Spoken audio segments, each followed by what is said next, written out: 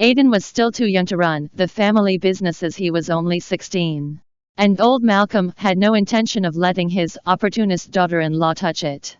For he knew she was nothing but a scheming cold-hearted gold digger.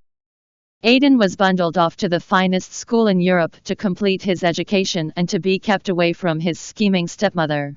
While he was abroad studying and learning the sly ways of the world, his half-brother William was growing up as the perfect spoilt brat.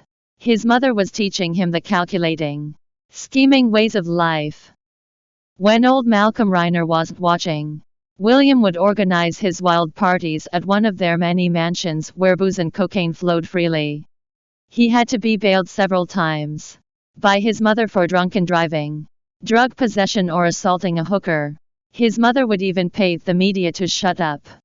It's not that Malcolm Reiner was unaware of his other grandson's erratic lifestyle, but he chose to turn a blind eye as long as it was kept out of the media. He was biding his time for Aiden to return and take over the family business. He was getting old and wouldn't be able to hold for long. Much to his grandfather's delight, Aiden returned before he hit the bucket. In no time Aiden had taken over the family business. He was shrewd yet fair in his dealings. Older business rivals and friends had nothing but respect for young Aiden. Standing lean and trim at 6'3", with broad shoulders, snow-scarce arms and legs, with a narrow waist, he was every inch of any woman's dream man. The lush, sleek black hair he groomed so carefully had a rippling quality, a sign of his ruddy health. The aquiline nose he sported complemented his prominent cheekbones. He possessed a latent, leonine power and always walked with purpose and authority. People had always remarked that his best feature was his entrancing, wayfarer blue eyes. Slow-shaped, they could shine as bright as the evening stars when they were alight with joy. At other times, they could resemble two liquid blue pools of flashing fire. A flamboyant character, the room always filled with his sonorous, rumbling voice. He was also quick to crack a joke or fire off a humorous retort when needed. His square jaw with a dimple-like cleft on his chin lent a sexy yet dangerous look to his already rugged handsome face, not to mention that golden tan he had acquired while taking a well-deserved holiday in the Bahamas or skiing away at the French Alps.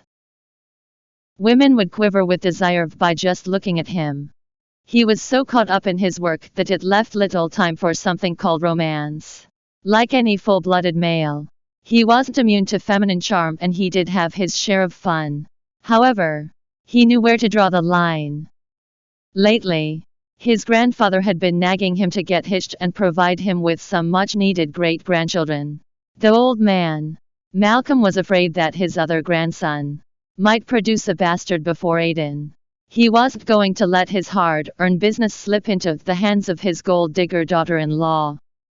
Aiden had been cleverly brushing off his requests so far. Relationships or marriage was not for him, until a chance meeting with a girl changed his life.